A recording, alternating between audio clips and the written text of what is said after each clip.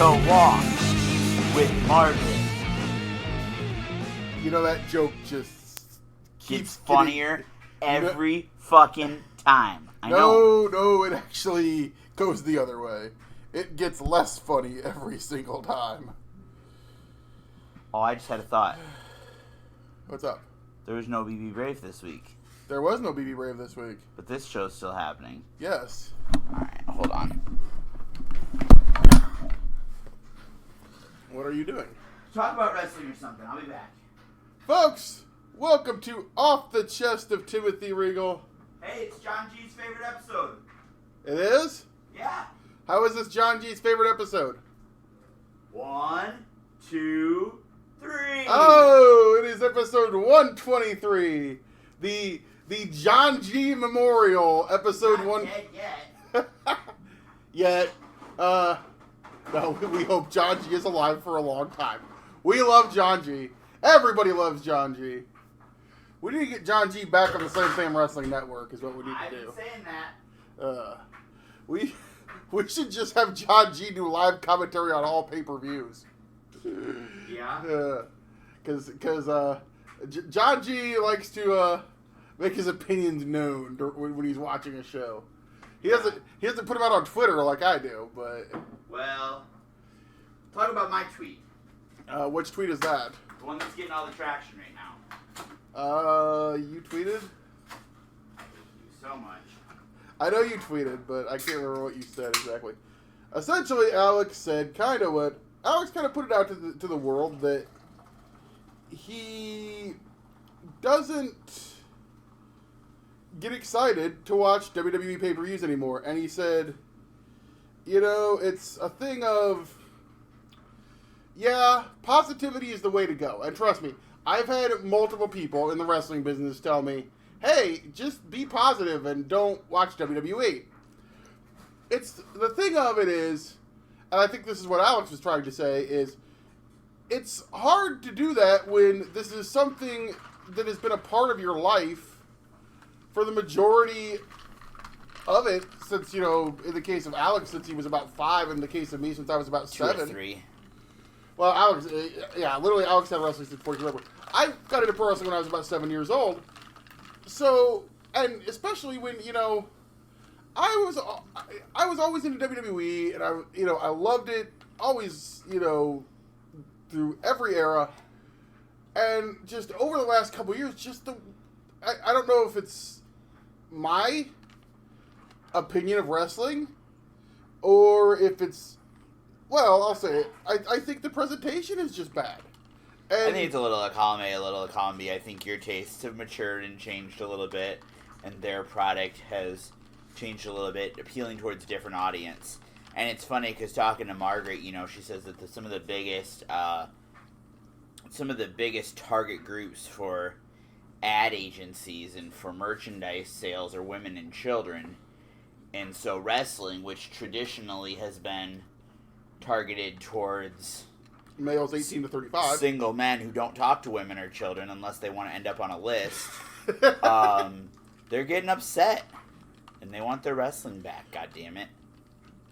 Regal wants his wrestling back, goddammit. Now, I will say, and I will full disclosure this, we're recording this on Sunday. Mm-hmm. Actually, while Stomping Grounds is going on. We're not watching that. We actually got some Wrestle Circus up on the TV. Yeah. And the thing I will say is, from what I've seen by all accounts, is that the Stomping Grounds actually has been a pretty decent show. Yeah, I've heard that as well. Apparently, the tag match of Daniel Bryan and Eric Rowan versus Heavy Machinery made Heavy Machinery look like superstars. Is that surprising at all? No, I mean, you have three people in there that are actually pretty good. I feel real comfortable saying that about 2 of them.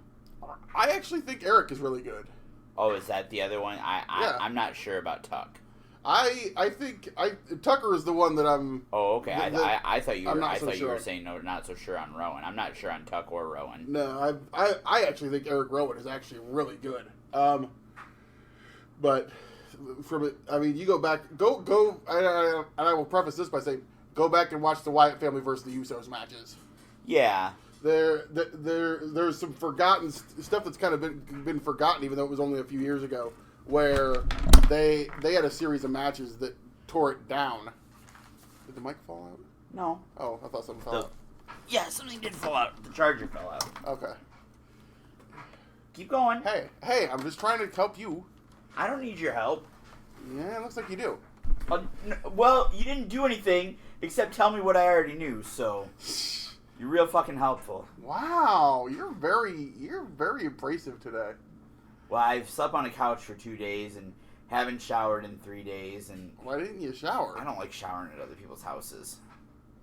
I'm gonna be there for more than a couple of days. I'm still gonna shower. If I'm gonna be there for more than a night, I'm still showering. No, we were there from Friday since Friday and came back today. I showered Friday morning. See, me and you, like when we went to Black Label Pro, we stayed in a hotel and did not realize until it was too late that our shower had a what appeared to be a bloodstain in it.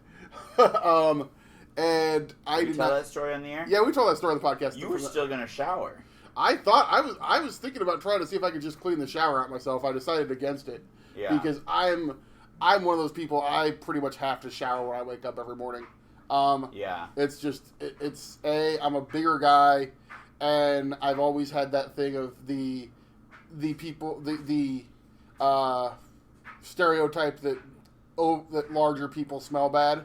Yeah. So I've done everything to combat that. Like even in my in my 20s when we would go out, I'd be the guy that, regardless of what I've done that day, like if we were going out, like if we were going out to to the club, to movies, to whatever, the daiquiri factory. To the daiquiri factory. We'll talk about that in a minute. I would, even regardless of what I'd done during that day, I would generally hit the shower again before we would go out. Regal loves to bathe, ladies. If you wanna, shower. I bathe regularly. I obviously shave. We know that. Not regularly. Well, my face is long right now. I'm off tomorrow. I'll shave tomorrow, but shave on your day off. Just because I got more time. Tomorrow? Yeah, I'm off tomorrow. Then why are we doing this tonight? Because you said you were busy all day tomorrow. I mean, I'm working, but I have a little bit of time. You said we didn't have enough time because you had to work till 4:00, and then you had to go back to work at 6. That's true. We can do it after I get off at 7:45 or so, or that was too late for you. Because I have to work at 6 a.m. I have to be up at 5 a.m. the following day. Oh. So that's why we're recording tonight. This is the really riveting fucking content on this podcast. Hey, this is what people want to hear about. You totally no-sold me, by the way. What? I said there is no Booze, Brawls, and Brave this week, and then I went and... Oh, then you went and made a drink. Okay, yeah. I see what you were doing. I didn't get it at first, actually. Hey, Colin Delaney's back on commentary. Although Teddy Hardin commentary was pretty fucking riveting. Oh, God. It was real weird. Was his cat on commentary? That's the important question. I don't think his cat's there. No cat? Maybe they wouldn't let the cat in the building. I don't know. He's had a cat in that building before. But I think they've also been kicked out of that building before. I'm kind of surprised they're back there. I wonder because I do love this building. Yeah, I like it. But no, should we tell the daiquiri factory story?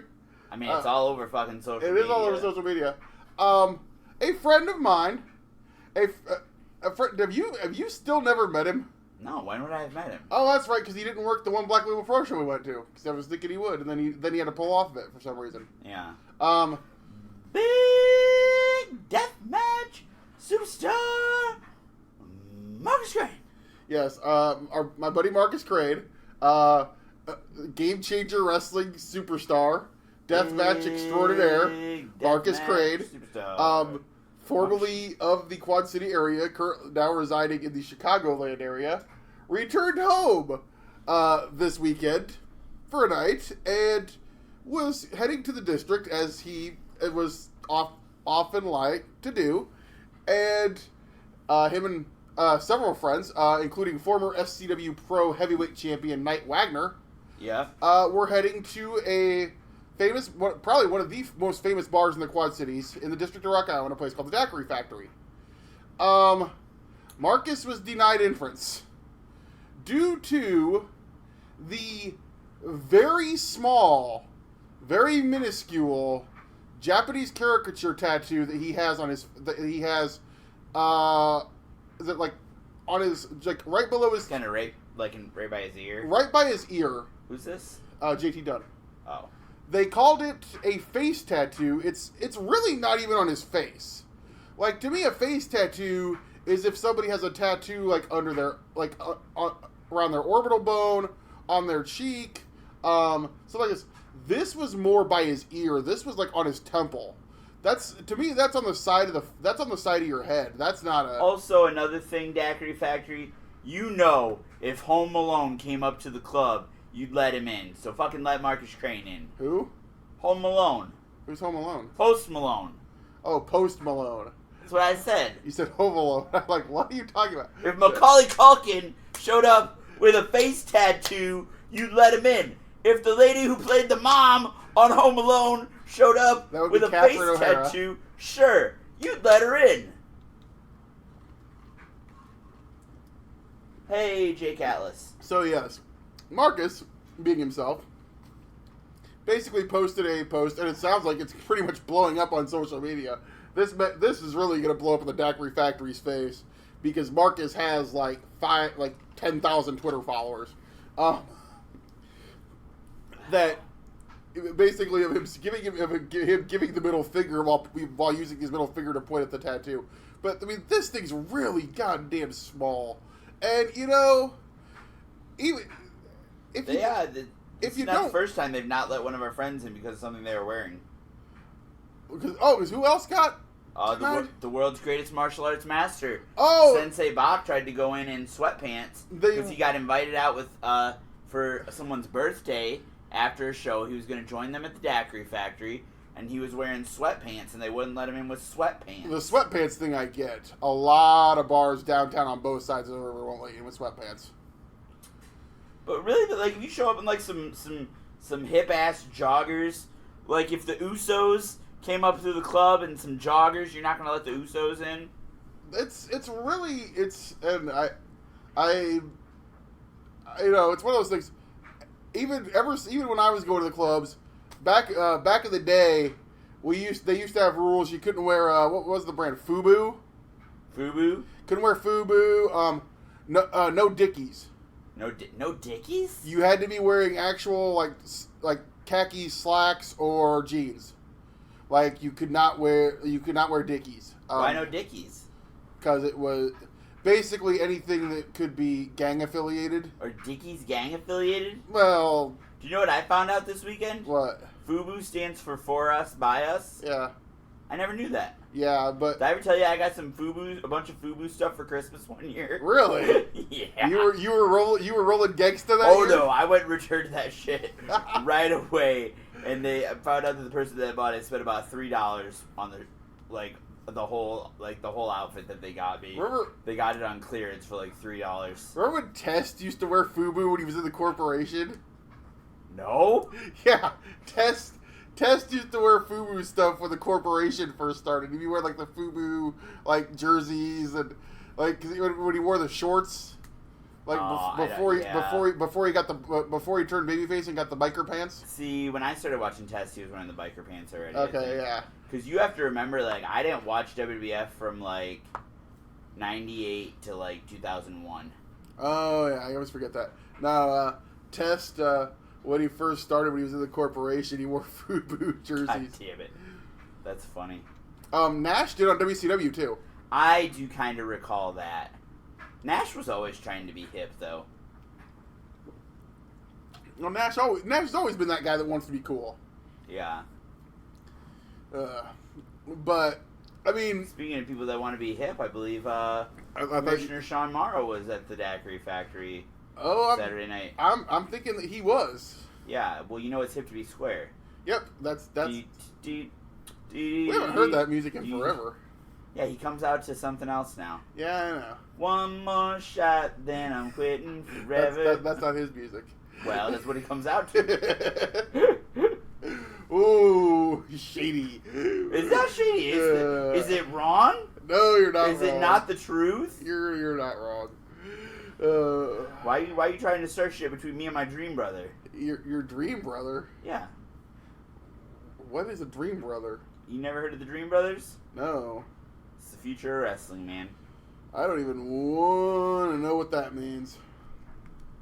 He had a dream that I was his brother. That's basically it. Oh, okay. And so now I refer to me, him, and his actual brother as the Dream Brothers. Okay. It's our stable name. It's our gang name. You've heard of Fubu and Dickies. Now it's the Dream Brothers. We wear khakis. Sounds like a really hardcore gang. Oh yeah, you don't F with the Dream Brothers. And maybe you guys can get Nick Gage to join. I don't know about that. Dude, did you see Nick Gage is going to AAA? Yes, I did. Dude, Nick fucking wait. Can Nick Gage fucking go to AAA? They ain't gonna give his ass a passport. Ain't nobody gonna give his ass a passport. I do not think anybody's gonna give his ass a passport. I think he's good at this point because I think Can Bolanos leave the country? As long as you've served your probation and all that, yeah. As long as he's free and clear, which I think as officially now he is. I don't know. Ain't nobody gonna give Nick Gage a passport. Oh, I'm sure Nick. I'm sure. Bellins get a passport. But yes, Nick Gage is going to AAA. In general, yes, they should be able to. Convicted felons who want to get a passport need to understand the restrictions placed on them. In some states, a felon can still obtain a passport and visa if their crime was not related to international drug trafficking. Which it was not. Speaking of international drug trafficking... What? Welcome Margaret Adele to the podcast. Woo! Hi, Margaret! I don't think she heard my intro. I heard something about drug trafficking. International drug trafficking, honey. It's classy. Oh, if it's international, then I'm safe. As opposed to domestic drug trafficking. All right. Hey, Margaret, how's the guitar playing going? I'm getting a callus on my thumb.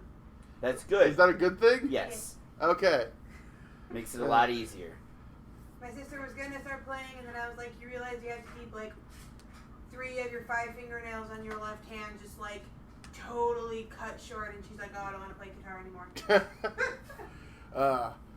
But no, Nick Gage going to AAA, dude. I mean, this guy, after... Think he'll jump off the lighting rig? God, I hope not. I think I read somewhere that they're not going to allow him to do that anymore. We should ban jumping off lighting rigs. That's a generally good idea. Because who did it at Impact? Was it Zach Wentz? I think so, yeah. Zach Wentz did it at Impact, but I think he did it in a scramble match where there were 10 guys and they all... Yeah. And we've seen Wentz do stuff like that at Revolver. Yeah. But he's done it onto a group of 10 guys. Yeah. So there were plenty of people to catch him. Piles on the whereas Aerostar tried to do it onto 2 guys, and the guys were not in position, and then he hit them and then went straight to the floor. He hit one of them, and then caught his body, but not his head or neck. I mean, if you watch that in slow motion, the look on Killer Cross and Scarlett Bordeaux's face pretty much says everything about it. Honestly, I think it looks worse in slow motion than it does at regular speed. Oh, it does. You don't realize it at regular speed. You realize it when you look at it in slow motion. No. See, I don't think it's as bad as the slow motion. I don't think it was as bad as the slow motion made it look. Yeah. That's what I'm trying to say. Speaking of slow motion things on the internet, did you see the clip I posted last night from Tournament of Death? No. 2 guys at Tournament of Death last night went off of a scaffold, a side suplex off of a scaffold, through light tubes that ignited pyro onto a spider web of barbed wire trampoline that wasn't really tight enough. So the guy that was taking the side suplex literally went just back first right onto the concrete. Jesus. Myself and Thomas Montgomery were talking about that one last night on Messenger and said, yeah, the problem with that one is normally that spider's web of barbed wire is supposed to have enough and is supposed to be tight enough that there's not much give to it so that you bounce and come back down. This, I don't know if it was too loose. I'm guessing it was probably too loose. It gave way too much, and they essentially went right through to the ground. I'm like, I just saw a few clips, and I went, oh boy, Corny's going to have a field day when he gets a hold of these. Have they ever had Jimmy watch the whole Tournament of Death? Oh, God. No, we can't do that. He'll die. Let's have Jim watch the whole Tournament of Death. He'll Death. have a stroke and die. That's a sacrifice I'm willing to make. Why do you want to hate Corny? Well, I mean, he's kind of a prick. I mean... He's kind of a gatekeeping elitist prick. Okay, so here's... I agree with some of the things he says, but for the most part, he's a gatekeeping elitist prick. Here's the thing I will say about Jim Cornette. Yes, and this... Yes, he is a gatekeeping elitist prick. No, I'm not going to say that. This actually goes back to what we were talking about at the start of the show. About why we're not watching Stomping Grounds, even though it sounds like it's a decent show. Just because me and you both don't watch Raw and SmackDown anymore. But the thing is, again, Cornette has a vision of what professional wrestling is supposed to look like to him. We may not necessarily agree with it, but that's how he feels. I'd like to think that we're a lot more open-minded than he is. Oh, I think we are. But at the same time, he has the wrestling that he likes, and he has a vision, and that he likes. He actually is. And I will say this: I think him working at MLW has helped him immensely. Yeah, he is a little bit more open-minded than he was. I will say that. Because he... Not that that's like a huge fucking accomplishment, because he was pretty close-minded. But I think he's softened up a little bit, and he's talked about guys that he likes their work. He's talked about, obviously, he likes Hangman Page. Really? He signed Hangman Page, didn't he? I believe so. I believe he did sign Hangman to Ring of Honor. So yeah. Well, he didn't sign him to fucking All Elite, no. Obviously. Obviously, he likes the Revival. Yeah. He likes MJF, obviously. Yeah. Seeing as MJF's basically playing the same gimmick he did. He's been vocal about the fact that he likes working with the kids at MLW. Yeah. So it's now he doesn't like certain things. Obviously, he didn't like Sami Callihan. He's been vocal about the fact he's not a fan of Jimmy Havoc. Yeah. You can go back and watch the it was the show after Battle Riot where they did the Jimmy Havoc versus Tom Lawler hardcore match where he pretty much on commentary buries it. Right, okay, okay, no, we're going to talk about this a little more, because I think there's a difference between saying, I don't like this, that isn't for me, and saying, God damn it, these mother outlaw mud show rejects are killing the fucking business, and they don't belong in the business, they should be in the fucking grave, and anybody who likes them doesn't know real fucking wrestling, and they should all get hit by a bus. God damn, my blood pressure's up, give me some fucking Wendy's. There's a fucking difference. That was the worst Jim Cornette. I don't care. I do a better Jim Cornette impression than that, but... You don't even do a Jim Cornette impression. You do an impression of Jim Cornette, or of Bruce Pritchard doing an impression of Jim Cornette. And Bruce has said he doesn't do impressions, he does caricatures. So you're doing a rip-off of a caricature. Either way. No, here's the thing, though. I don't agree with everything Jim Cornette says, but it's not what he says, it's how he says it. And the fact that he wants wrestling to still be what it was 30 fucking years ago. You know... No! Well, why don't we have everything the way that it was 30 years ago, Regal? Why don't we bring back, make America great again, right? No, that's not what I'm saying at all. Okay, but it's the same idea. Here's the thing, you know what the highlight of my wrestling week was? What? Watching Crockett Cup 86. Okay, so you're saying you want wrestling to be the way it was 30 years ago. No, I'm just saying I respect and appreciate what wrestling was 30 years ago. Okay, but you still have to... I respect Desmond Xavier, Jake Atlas, and who was the third guy in this match? I don't even know. JT Dunn. Oh, JT Dunn. I respect what they're doing right now. Okay. Wrestling is a buffet, right? But that is the opposite of how Jim Cornette feels. God damn it. Tag team matches and blood, and every match should be two guys out there trying to kill each other, god damn it, and if I don't believe that they're trying to kill each other, it's the worst fucking thing, and if you don't like it, and if you like it, you don't understand this fucking business. I do think there's a certain thing, though, to believing that these guys are trying to win a fight. Sure. But is it a fight or is it a sport? Because if I turn on the Patriots versus the Rams, I don't believe that Tom Brady's trying to kill fucking whoever plays for the Rams. It's like if you're watching boxing or MMA. Hold on, stop. Oh, what's the quarterback for the Rams? The quarterback for the Rams is Jared Goff. It's Kurt something. He used to work at Hy-Vee. It used to be Kurt Warner, but Kurt Warner. He's in the Hall of Fame. He retired like 10 years ago, bro. Anyways, but I don't believe that Tom Brady's trying to kill Kurt Warner. Even in the UFC, you don't think they're trying to murder each other. No, but they're in a fight. Sure. They're trying to win. It's a prize fight. You know who actually does a good job of making you think it's a prize fight? Who? Kevin Owens.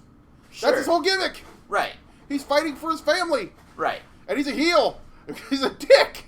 But you know what? I believe when Kevin Owens walks to the ring, he's going to try to beat somebody up. That's again the difference between Corny and me. Jim Cornette will tell you Kevin Owens isn't a star because he looks like Kevin Owens, and he looks like every guy in the crowd. I personally don't mind that. I think it's great that Kevin Owens doesn't have the $1 million body, but he goes in there and he punches a guy in the face. He can flips up in the air, do a power bomb, and beat the shit out of him.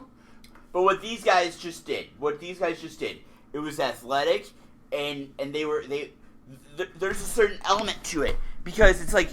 I almost got in an argument with somebody about Aerostar the other day because it's like, oh, Aerostar was terrible. He never should have done it. He put those guys in danger. But first of all, we've been around long enough to know that a stunt like that the other guys had to be in on it. Yeah. They had to know what he was going to do, and they had to agree it. And look there's MLW, there's Ring of Honor, there's New Japan, there's WWE, there's AEW, there's Impact, there's obviously AAA. There's Progress. There's all these places paying people a lot of money to be a professional wrestler. And I'm sorry, I'm going to say it. You got to do whatever you fucking can to get noticed. Oh, I totally agree. Keep in mind, just being a proficient wrestler isn't going to get you noticed. That shit Aerostar, guess what? Everybody's still fucking talking about Aerostar. And the fact that he was there tonight, a week later, at Wrestle Circus, in the opening match, wrestling shows how dedicated he is to this business and shows how dedicated he is to the sport of professional wrestling. And the fact of the matter is, you got to do shit to get noticed. And just being a... You know what? I'm going to use an example. Timothy Thatcher. Timothy Thatcher is an extremely proficient professional wrestler. And he looks like a fighter, and he looks like an athlete. And... he has been wrestling for... How many years has he been wrestling? 10 or 15. 10 or 15. And he's really fucking good. He's really fucking good. Every match I've watched of his has been excellent. But he's never really done anything to get noticed. And it's taken him 10 or 15 years, and now he's going to be on MLW. The thing with Timothy Thatcher is when Timothy Thatcher gets in the ring... Yeah. I believe that he's legitimately going to try to break your arm. Right, but that's been the case with him for 10 or 15 years, and it hasn't gotten him anywhere. Because he's been this good for at least the 5 years that I've known who he was. When Walter walks to the ring, I believe Walter's legitimately going to try to beat the fuck out of somebody. Well, sure. I agree. But do you see my point? I love the fact that your wife doesn't even ask me if I want popcorn now. She just brings me a bowl. Do you see my point? Yes, do you see what I'm saying? I see your point. Just being good at professional wrestling isn't good enough. You've got to be good at marketing yourself. You've got to have a gimmick. You've got to do something to stand out because just being good at professional wrestling isn't good enough. And you know what? If everybody wrestled the way Cornette wants people to wrestle, I don't think anybody would be a star. Because I think everybody would come off the same. You're talking to the guy who has openly said that will die on the hill that the best wrestler in 2019 in the world is Will Ospreay. Okay. A guy that Jim Cornette would definitely call he calls it performance wrestling. Right. Where it doesn't look like it's a fight. It's a bunch of guys doing a bunch of acrobatics and doing, Cirque du Soleil. But when Will Ospreay does it, with the athleticism that he does it, there's nobody better in the world. The guy is the best wrestler on the planet. You think he's better than Ricochet? Yes, absolutely. At this point in his career, yes. Okay.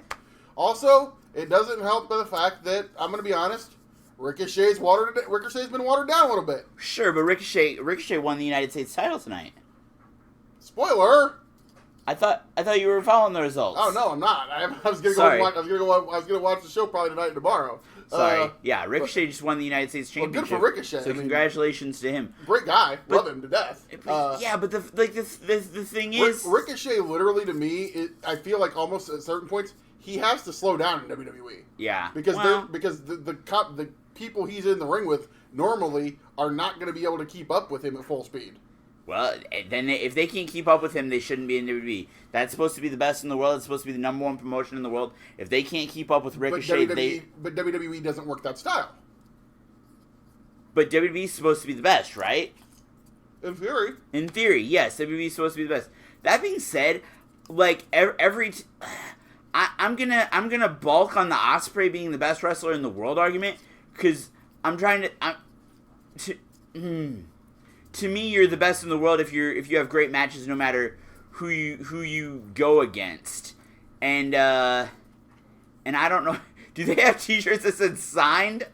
I think they do. Yeah, parody shirts of the Independent. Signed talent. I think that was Sammy's dig at Mr. Mr. Starr. No, there's a whole bunch of parody shirts already for that. Who's Wentz signed? Oh, Wentz is an Impact, isn't he? They're both an Impact. Yeah. They're the Rascals. Yeah. But that's funny.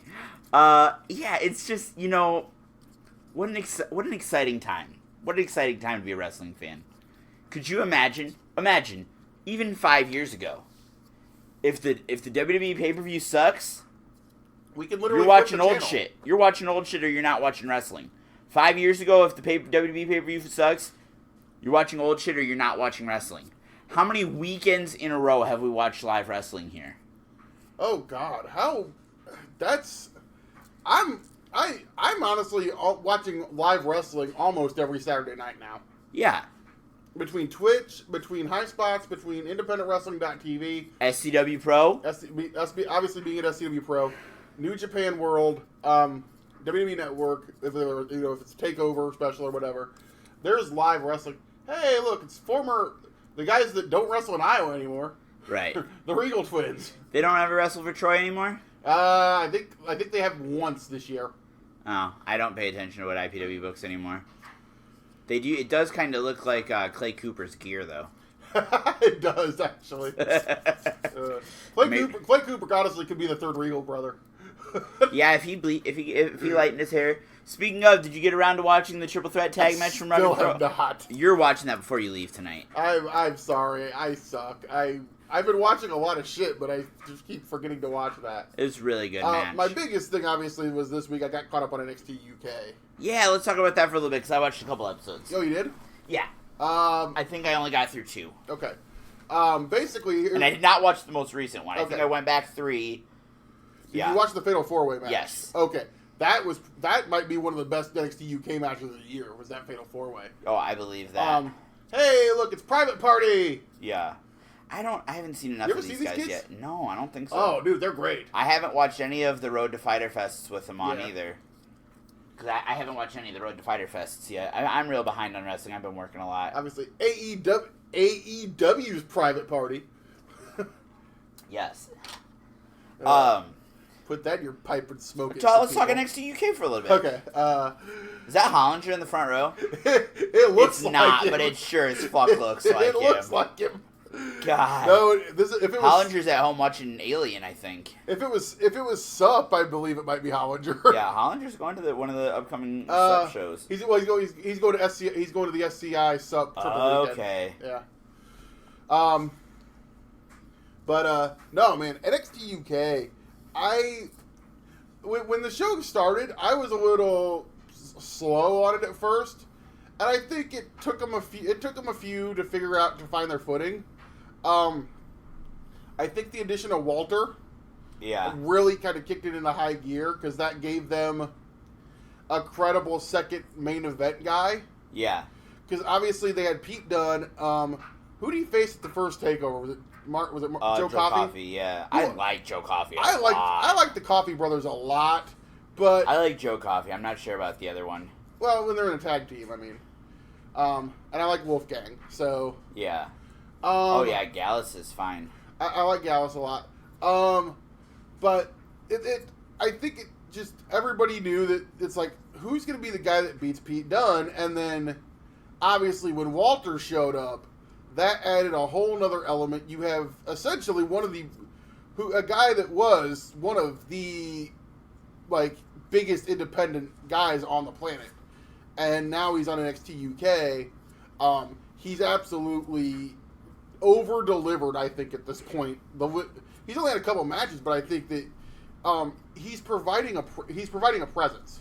Obviously, he beat Pete Dunne for the title, which they needed to do. They've built him up the right way. They did the rematch. They did the gimmick where that was where we got the debut of the Imperium with Bartel and Eichner, who I love Bartel when he was an indie guy. Yeah. Axel Dieter Jr. And then now, is that who that is? Yeah, it was Axel Dieter Jr. Okay. Kat actually is the one who introduced me to him. She's a big Progress fan. Yeah, because she's a big Progress fan. She was a big fan of his. And then Fabian Eichner is a guy who it's hard to believe that this guy at one point got himself under 205. Yeah. He was in the Cruiserweight Classic. And I mean, you saw him a couple times on NXT, and he never showed much. He's just a guy. But then he showed up at Evolve. Yeah. And he won the Evolve title. Yeah. And he looked completely different in Evolve than he did as just an NXT guy. And then when NXT UK starts, they put him with Martel, and it's just completely a different thing with these two as a tag team together.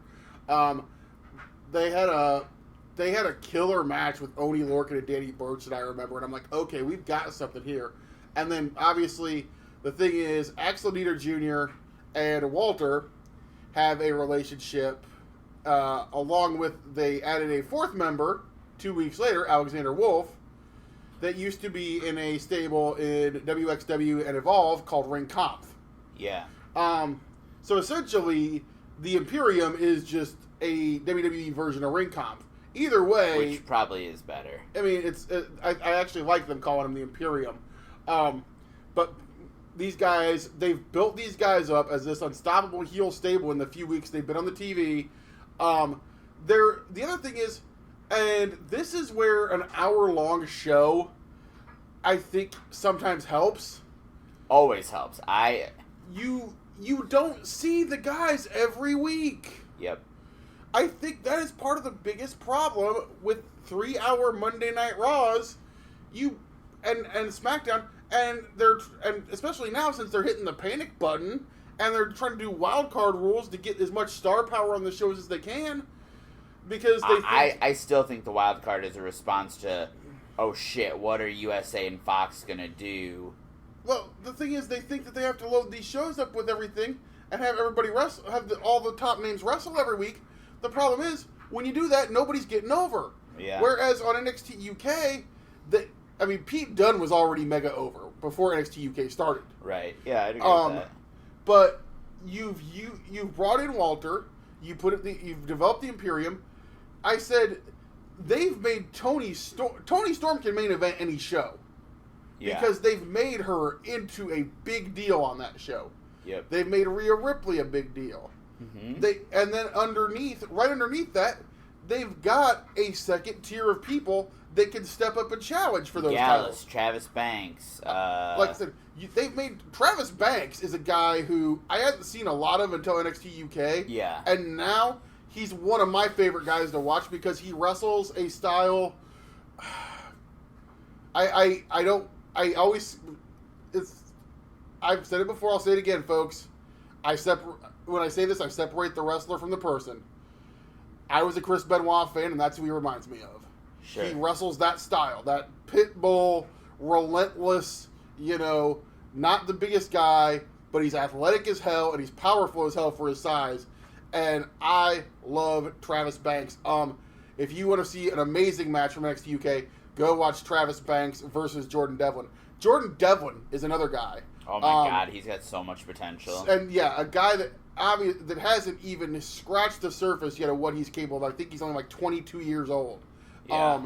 Obviously has the story of being trained by Finn. They had that match at the UK tournament, wasn't it? Yeah. Where they had the match with him and Finn Balor. The feud with him and Travis Banks was amazing, and they've built him up into a big deal. He had a really good match with Walter.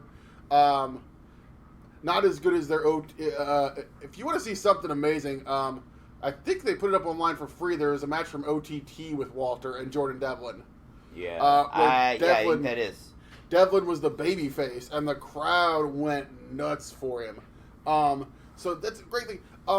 The tag team division there, the Grizzled Young Vets. You've got Mustache Mountain. You've got the Hunt, Wildborn Primate now, who they're developing. They're doing this really just great. I hate to use the term old school, but it's a great old school way of developing the people. The people that win go up. The people that lose go a little down, but you can always build them back up. They're doing a WWE version of what a pro wrestling show should be. Yeah. And I feel like NXT is doing that. And I feel like 205 Live is doing that, which I didn't realize until recently. You know who's in charge of 205 Live now? Who? Scrap Daddy Adam Pearce. Oh, really? Yes. Adam Pearce is the guy that is basically the head creative now for 205 Live. I did not know that. And that explains to me why it's getting better. Yeah. Because that's a guy that is a little bit of an old school booker. A little bit. I mean, you go watch his Ring of Honor run, and some people will say things about his Ring of Honor run. Some people... I liked his Ring of Honor run. It was very different. Keep in mind, I was an OG day one Ring of Honor guy, so he got residual heat just for being the guy that followed Gabe. And now anybody could book Ring of Honor. And also the fact that Pierce really screwed the pooch on Tyler Black at one point. So I think that guy's doing okay for himself. I think he's doing okay for himself right now. Let's put it that way. Although I think he's in the ring with Baron Corbin right now, so maybe. Oh, is he? Shit. Hey, I tweeted out earlier if you wanted to change the channel on this show. Baron Corbin pretty much makes me want to change any channel that I'm with if he shows up. So, can Baron wrestle this late? Doesn't he have to go close up the Applebee's? I think half price apps start at 10. Okay, so he's got a little time. Yeah. Shit. Baron fucking Corbin, folks. Let's not do that because we haven't watched the show. Seth may be able to pull the match of his life out of Baron's life out of him tonight. You never know. Which, if he does that, as if Seth isn't already in the conversation for best wrestler on the planet. But if he can get me to like a Baron Corbin match, which I hate to say it, he didn't do at Super Showdown, but it was 100 degrees at Super Showdown, Alex. Did you know that? No, I did not. Oh, believe me, if you watch the show, you knew that because they kept telling you over and over again. What do you think about the report that they were giving out free tickets at a mall? The rumor on this is they gave out free tickets at the mall, and even giving out free tickets Show's at the over mall. already. Oh, it is? Yeah. Wow. I don't necessarily mind that. Yeah. Still a 3-hour and 20-minute show. Yeah, but better than going 4.5. So the rumor was they gave out free tickets to the mall, and then the building was still over half tarped off. Really? Yeah. And they were moving people around to try to make the building look full. For a pay-per-view, I don't think there's any way you can spin that as good. No. Number one, I hate to say this, their live event prices have gotten too high. Yeah. I feel like their live event prices have gotten too high. That's part of the problem. Obviously, this show had a weak build. Yeah. Obviously, like I said, I didn't watch it, but I read it. But I didn't watch it. But I usually will read Wade Keller's Raw and SmackDown reports. Yeah. And I will occasionally listen to review a Raw or review a SmackDown. Yeah. On Post Wrestling. Yep. So I do keep track of what's going on, even if I'm not necessarily watching the show. Right. So, I mean, it sounds like, based on what I'm looking on Twitter, the show is pretty good. I'm actually kind of looking forward to watching it now. Yeah, I've heard good things about everything except for the main event. Well... do you want to know who the special guest referee was? Becky Lynch? No. Who? Lacey Evans. Probably a pretty good-looking referee, I'm going to guess. Roll Tide. Could you imagine as Baron Corbin and Lacey Evans being like the top heel faction on Monday Night Raw? Ooh, do I have to say that would definitely feel like there's there's a MAGA overtone to that? Am I the only one that definitely gets that? From Lacey? That there's supposed to be that undertone of, yeah. A little bit. Yeah, I see it a little bit. Well, they did that with her in NXT, too, didn't they? A little bit. The kind of slight... Oh, God. And speaking of people that Jim Cornette absolutely loves... Orange Cassidy. Here comes Orange Cassidy. Hey. We love Orange, though. Yeah. I'm still a little mad at Orange, though. Why? He never called Kat back. Oh. They went on a date. He never, apparently, she Yeah. told me he never called back. Well, she's doing alright for herself. Yeah. Her and the Dr. Dan bought a house. I heard that. Yeah. I hope that wasn't kayfabe. No, I don't think it is. Should we talk about... I tried to book their wedding. I tried to get him to do the Macho Man and Liz wedding. Yes, and then you said that they needed to be the Macho Man and Liz of AIW, and I said, stay away from any closets. Leave my memories alone, Alex. Watch out for Lex Luger. Leave my memories alone. Leave the memories alone. Don't change a thing. I want to remember Macho and Liz as the greatest couple in wrestling history, and Alex wants to ruin it by talking about reality. God damn it. Oh, God. Your wife has that look. Even from a We are not going to pull this revisionist history bullshit because you want to remain nostalgic about an abuser. Everyone managed to learn how to dislike Bill Cosby these days. You can do it with Randy Savage. I don't want to dislike Randy. He was an abuser. Like, that's not even a question anymore. Like, pretty much everyone has agreed. No, he was... Was he an abuser, or was he just really, really overprotective? Did he lock her in a closet? Allegedly, yes. Abusive.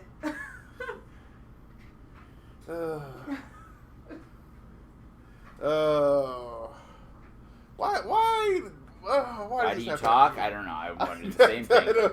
Why do you talk? I don't know.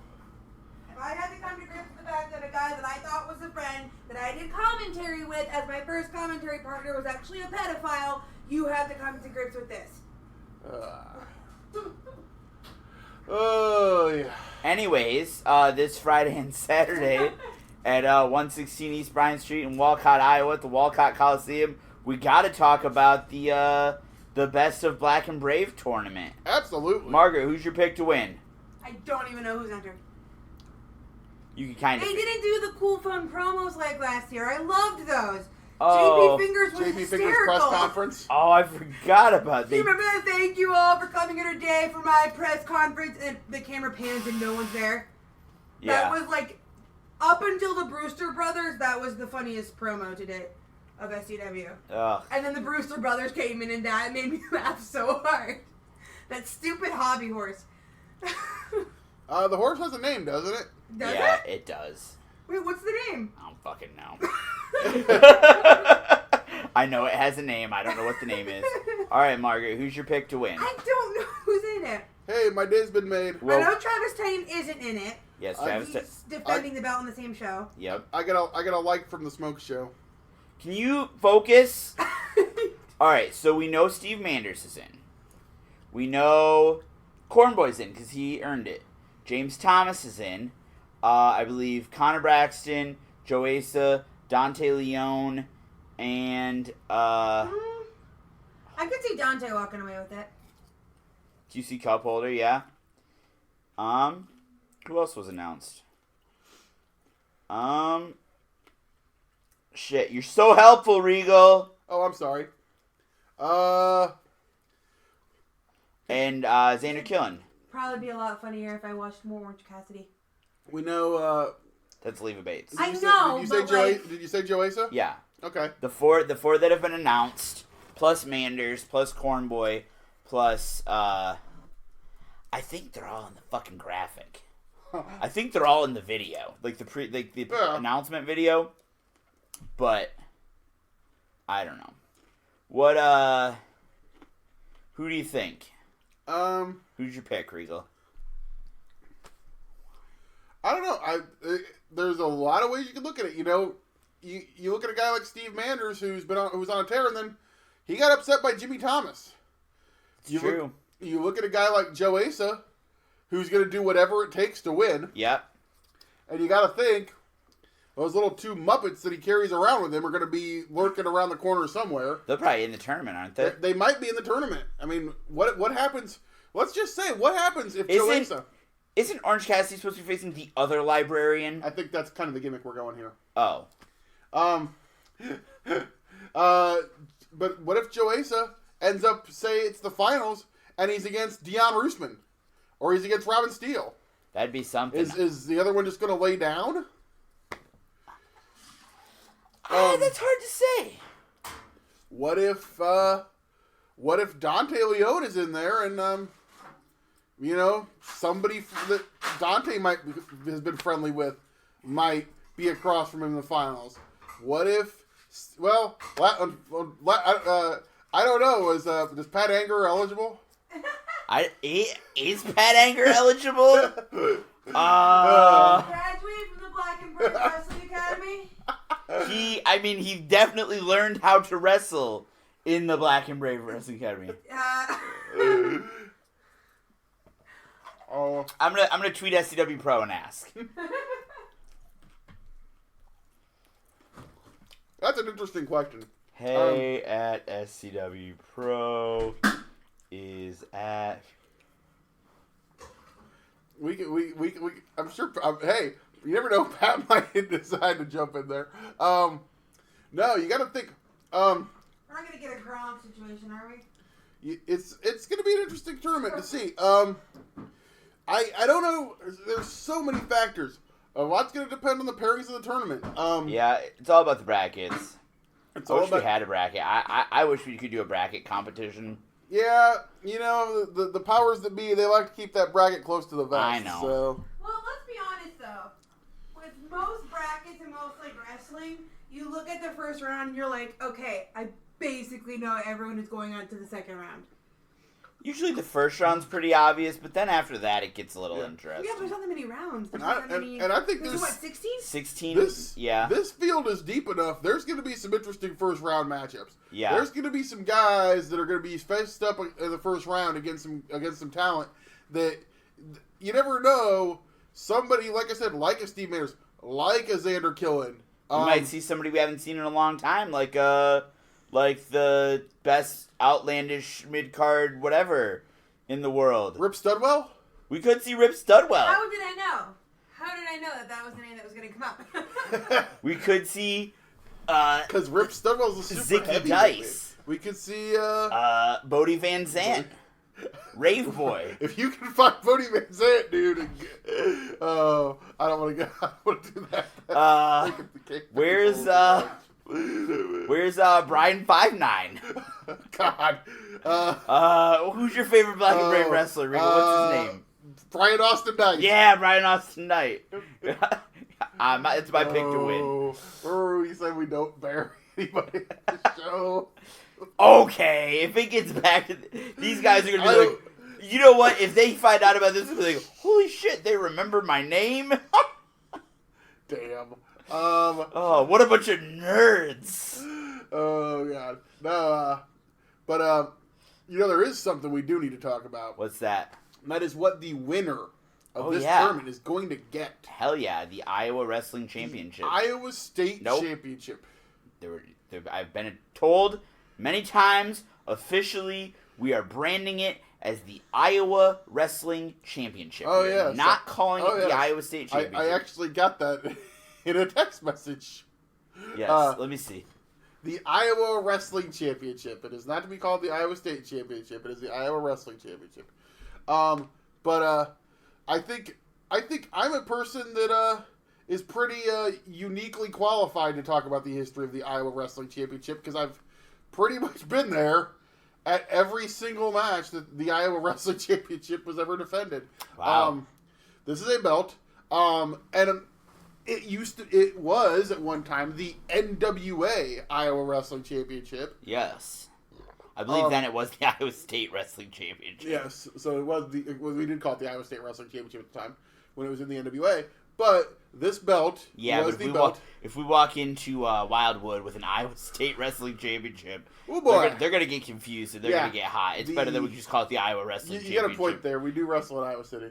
No, the Iowa Wrestling Championship goes all the way back to a tournament that included the recently special guest Ace Steel, Jimmy Jacobs, Nate Webb. Were there any Iowans in the tournament? Truth Martini. Were there any Iowans in the tournament? I don't think there were. Who booked this shit? There weren't any. There really weren't a lot of wrestlers from Iowa yet at that point. What about Frank Gotch? He was dead. What about Farmer Burns? Also dead. What about Raven? Raven isn't from Iowa. What about me? What about me? What about... You're not from Iowa either! I'm from Illinois. But, no. And? There was a lot of great talent in that tournament. The initial Iowa Wrestling Champion was a good friend of mine, Mr. Ryan Boz. Yeah? Is he from Iowa? No, he's from Chicago. What the fuck? And then Ryan Boz dropped that title to Jimmy Jacobs. And then Jimmy Jacobs, in a shocker, lost that title in his first title defense to former Impact Wrestling superstar, now WWE road agent, Abyss. Yeah? And then Abyss eventually lost that title back to Jimmy Jacobs. But also... Or no, he lost that title back to Boz. I'm sorry.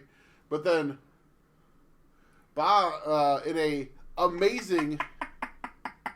What? What is so funny? Sorry. PW Mania tweeted, Matt Hardy and wife expecting third child. Is it a boy or girl? Hurricane quote tweeted and said, probably. For the record, it's a boy. Yeah. No, but Boz won it back in an amazing triple threat ladder match that included a young guy by the name of Tyler Black. Yeah. Anybody that remembers that match, Tyler Black actually got a hold of that title, landed in the ring. However, the referee at ringside had been knocked out. Oh. Ryan Boz attacked him, gave him a powerbomb, and grabbed the Iowa title, and the ref came to and saw him holding the belt. So, Boz was awarded the title. The crowd in Muscatine wanted to kill the ref. Who did that? I don't know. God damn it. Right. But then Boz then lost that title to Merrick Brave. Yeah. In a Ultimate Jeopardy tag team match where the NWA Midwest tag team champions, the Black and the Brave, took on NWA Heartland champion Danny Daniels and Iowa champion Brian Boz, and Boz was pinned by Merrick Brave. Yeah. And then Merrick Brave lost that title to the Shug, and the Shug was the last NWA Iowa wrestling champion. And now thanks to some communication and finding the belt, that belt has now landed in the hands of SCW Pro, and we are going to crown a new Iowa Wrestling Champion this Saturday night in Walcott, Iowa. I'm super excited about this. Obviously, like I said, I have literally been there for every title match that this title belt has had, and you look at that list of names: Jimmy Jacobs, Abyss, The Shug, Merrick Brave. A lot of people may not know. A lot of people that listen to this may not know Ryan Boz, but Ryan Boz was a guy on the Midwest independent scene that has wrestled. Is only still technically semi-retired. He had a match a few months ago against Connor Braxton. A tag match where he was going up against our boy Connor Braxton and Stephen Wolf. Yes. So, and like I said, Boz is one of my favorite people I've ever worked with in wrestling. The guy is such a great dude. He has pugs too. Does he? Yes. Gunshot or firework? That was firework. Okay. That's everybody's favorite game in this time of year in Davenport. You don't act like you don't play it over there in Rock's land. We do. I just realized Levi Bates, who is dressed as Orange Cassidy, has been reclining in the corner of the ring the entire match. I love Leva so much. That's funny. May not be the best wrestler in the world, but she is very entertaining, and she is a super nice person. Yeah, I've heard that. So did you give an answer? Who's your pick to win the tournament? It's one of those things I don't want to give a name. I don't want to say a name because I don't want to. I want to be impartial. B, I'm not sure. I don't want to be wrong. I gotta look at who can deliver in a big match, who's had the experience before. I gotta pick a former SCW heavyweight champion. I'm gonna go with Connor Braxton. Back to back? Two-time? I think, back to back, I think... You think he's still the best of? You gotta think. The guy won last year. That's true. And he's got a new attitude. Like I said, he's developed that mean streak now, so he's gonna do whatever it takes to win. So. And how about the main event on night one? And yeah, for the SCW Pro Championship. The Shug cashing in his opportunity that he won on May 31st at To Be the Man, going one-on-one with the SCW Pro Champion, Travis Titan. What were you going to say? You don't use the term dream match very often. Sure. But as far as SCW Pro, this is about as close as you're going to get to a dream match. You got the SCW Hall of Famer and the man who, as I always say, he's the people's champion in SCW Pro. Yeah. You got the Shug. And then you got Travis Titan, who is also beloved by the people. I think this is a match between, I think you could say that these are the two most popular guys with the SCW Pro fans. So, yeah. I think I'm comfortable saying that. Top three would. I don't know. You get in there, you throw in a Dante Leone, you throw in one called Manders, but yeah, they're probably 1 and 2. Yeah. And then obviously we know their accomplishments in the ring. Yeah. We know that they're more than both these guys are more than capable of winning at any time. I think this is going to be an amazingly athletic match. I think this is going to be a very interesting match. I am super looking forward to this. You look at that plus the first round of the tournament. On night one, on Friday night, you're getting 9 big matches. Yes. And then you come back for the second night, we've got the second half of the tournament. Yep. Second, third, and third round of the tournament and the finals. So you're looking at 7 matches there. Yeah. Plus, gotta think, gonna have to give the guys in the tournament some rest periods. Yeah. So you're gonna see some break matches between rounds. You're gonna see maybe some surprises you don't know on night 2. Definitely, if you have not yet, go hit up scw-pro.com. Wait a minute. I just realized Leva is now wrestling as Orange Cassidy. What is going on? Oh, orange juice into the eyes. All right. Keep in mind, folks, if you were watching Stomping Grounds while this show was going on, I think you have to pay to watch replays. But if the next time Wrestle Circus is on, they're free. They book a lot of good guys. They're free on Twitch. Definitely check these shows out. Yeah.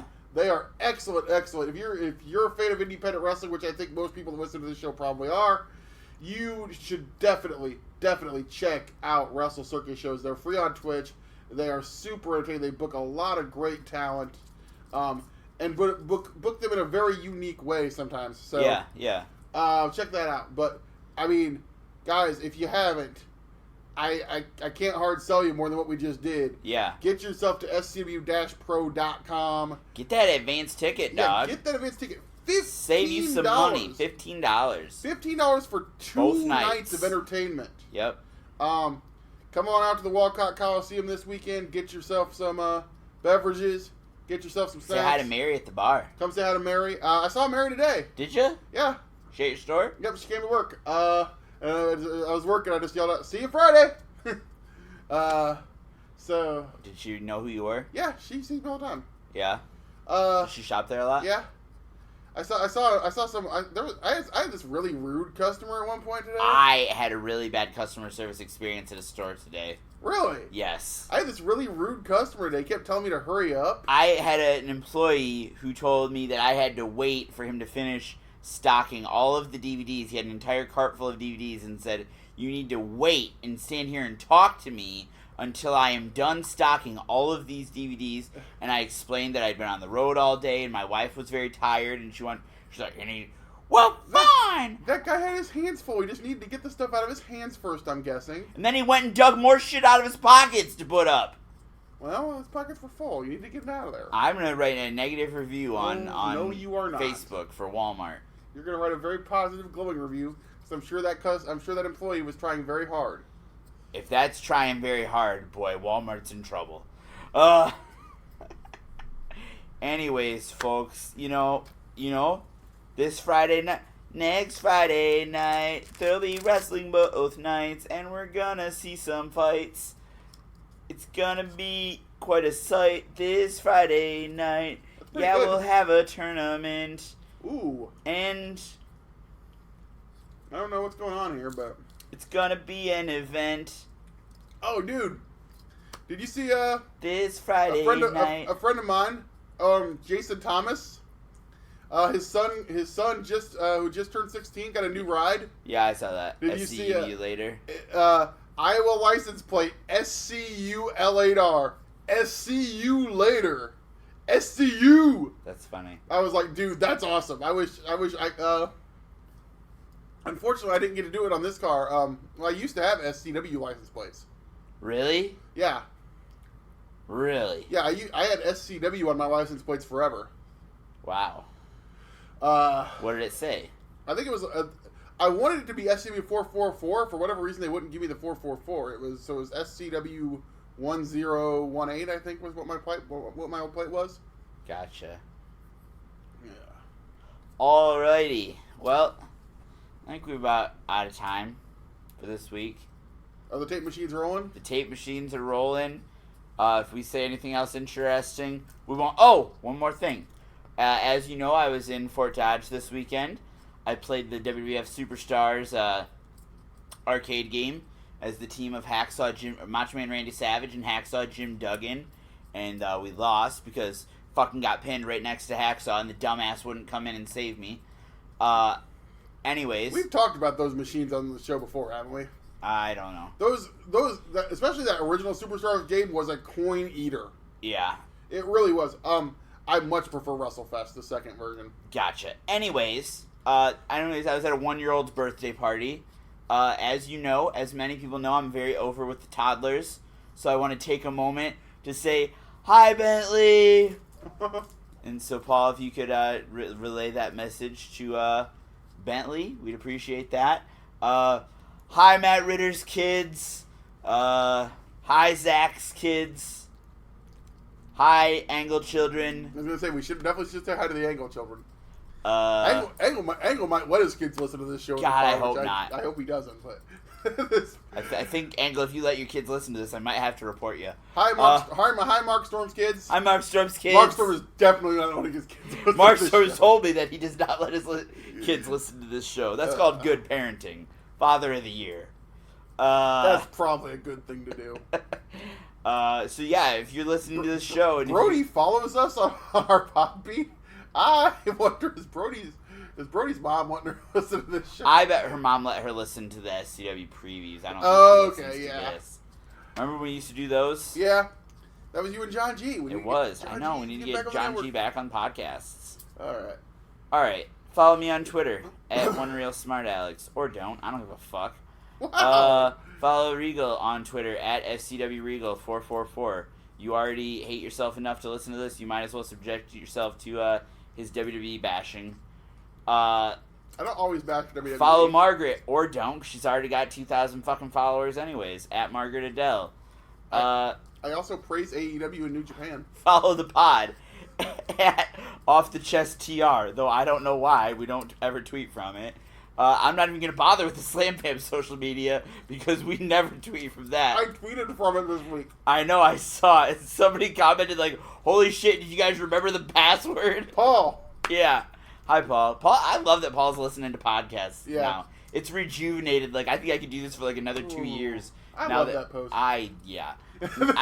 Anyways, sorry, Tessa Blanchard's on our television, which I'm going to turn this off real soon to show Regal the triple threat ladder match from You are Rugged not Pro. turning off Tessa Blanchard. Check out the Rugged Pro YouTube. There's some really good matches up on there. Jason Strife versus Airwolf, the 3-way tag match. Those are the only ones I can vouch for because I wasn't at the other show. But Rugged Pro putting out good stuff. Iowa Indie Wrestling Promotions. Put your shit on the internet. People want to watch it. And don't forget, once again, this Friday night This and Friday Saturday, night. I will not let Alex sing. Come out, Wildcat Coliseum. Anything can fucking happen in SCW Pro. You're not singing. SCW-Pro.com. Get your $15. Literally, buy one, get one half off. Hey, Regal, we got 8 minutes left. I nights. want to do something. What? SCW Pro, name that tune. I'm going to sing an SCW Pro theme song, and you're going to guess whose theme song it is.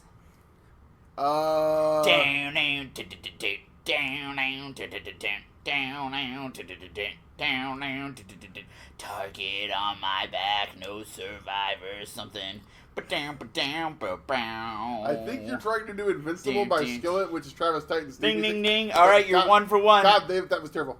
Folks, we'll see you next week. No, come on, we're going to play. We're out of time.